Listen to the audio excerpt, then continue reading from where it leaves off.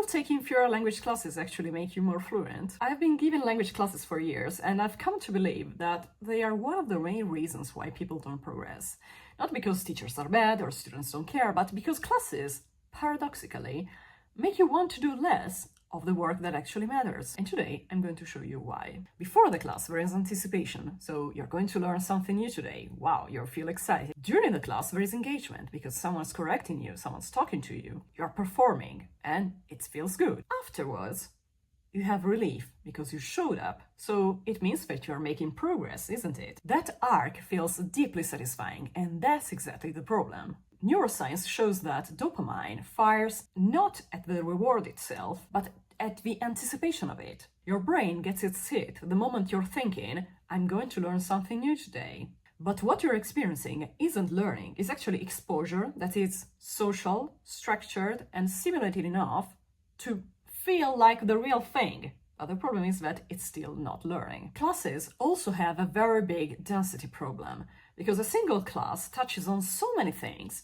that even if you wanted to retain them, you couldn't. Not without deliberate work afterwards. Cognitive load research shows that working memory has actually a hard ceiling, and once you exceed it, material doesn't get encoded, it just passes through. But the truth is that if we designed a class around what the brain can actually digest over an hour, what the brain can actually encode in a single session, the right amount of new material, enough space for it to land, and nothing more, it would feel embarrassingly short.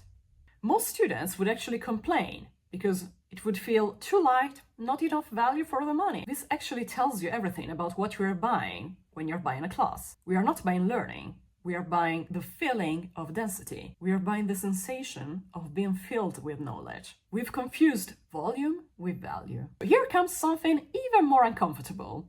The class does not just fail to produce retention, which means by definition, by nature, we are incapable of memorizing all the things we hear over a session, but it actively makes autonomous work more unattractive. Think about, for example, what a class offers. You've got a teacher steering, corrections in real time, structure, social presence, someone to perform for. It's stimulating and it feels productive. Now think about what solo practice actually feels like. You are sitting alone with language. You're making mistakes that no one corrects immediately. Actually, you should be able to correct yourself at some point. You're not knowing if what you're doing is good or not, and there is no audience. So after a class, this is actually the alternative you have. And the brain, which has just been rewarded with a clean dopamine arc, is not going to choose this uncomfortable, unrewarding option. What is it going to do? It's going to wait for Thursday.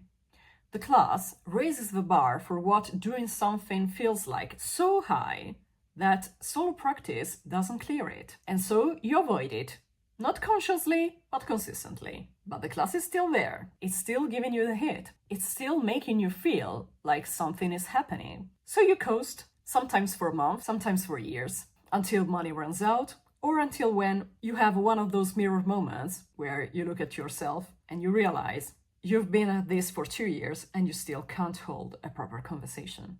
It's Parkinson's law applied to learning. So work expands to fill the time available. When your next class is 7 days away, you have 7 days exactly to do nothing.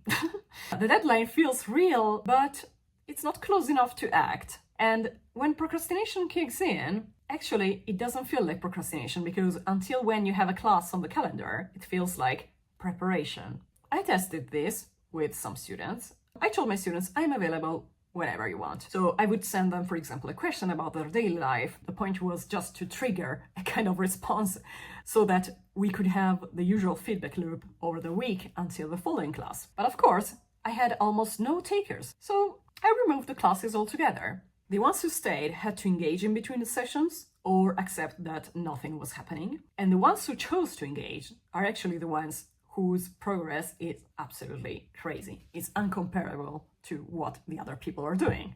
They're not doing something extraordinary. They're sending me voice notes, questions, whenever they feel like, actually. They are totally free. I get messages at 7 a.m., at 10 p.m. I don't care about that. For those people who don't engage with me in between the classes, the class absorbs the guilt. You didn't practice this week, but you showed up on Thursday. That counts for something, right? I say all of this, having lived it, in 3 languages. For French, I had years of classes with basically non-existent active practice because over 2 hours everybody knows that you speak for maybe 10 minutes, maybe. Let's do the maths. Zero ability to actually speak after that. Fluency only came when I started exchanging voice notes with a friend. No curriculum, no structure, no teacher. Within 3 months, I had made way more progress than after 1 year of formal classes. Persian. Private classes actually gave me some disorganized notes and a vague sense of progress. Then I started posting in Persian consistently on Instagram. People began sending me corrections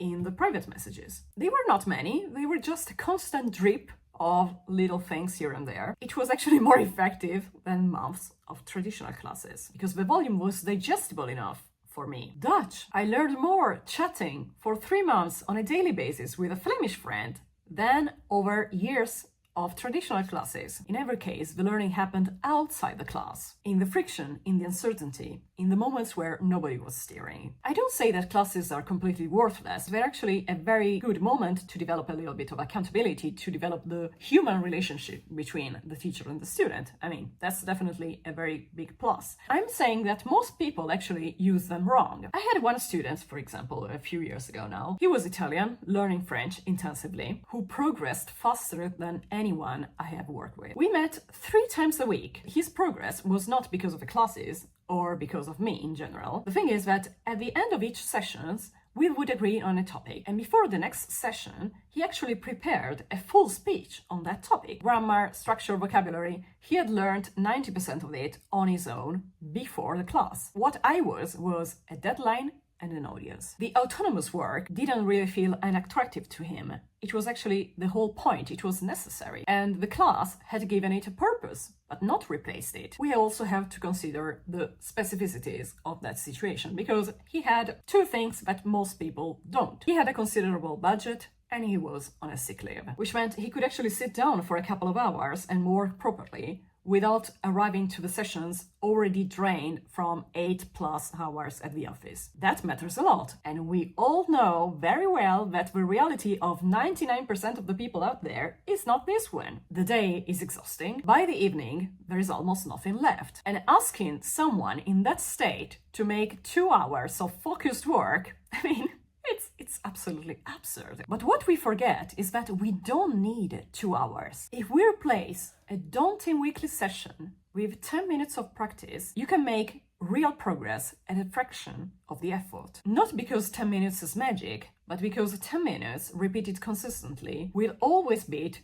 2 hours once a week. His case was the only time I saw classes work, and I noticed that what made them work was not the class. It was everything he did before it. And of course, most of us need a version that fits our real life. What actually works is not more classes, not better exercises, and not one intensive weekend program. It's frequency, small repeated production across days, not compressed into one weekly session where you perform and then you disappear. Every time you retrieve a word, you're making it more accessible. Every time you construct a sentence unprompted, you're reducing the friction for the next time. This is actually how fluency builds, not in the class, but in the accumulation of small, uncomfortable, unglamorous moments where you had to produce something alone. You need a few minutes, several times a week, where you're actually using the language on your own, without an answer key, without a teacher steering, and without Thursday to fall back on. Of course, solo practice will never feel as stimulating as a class, but that's not the bug.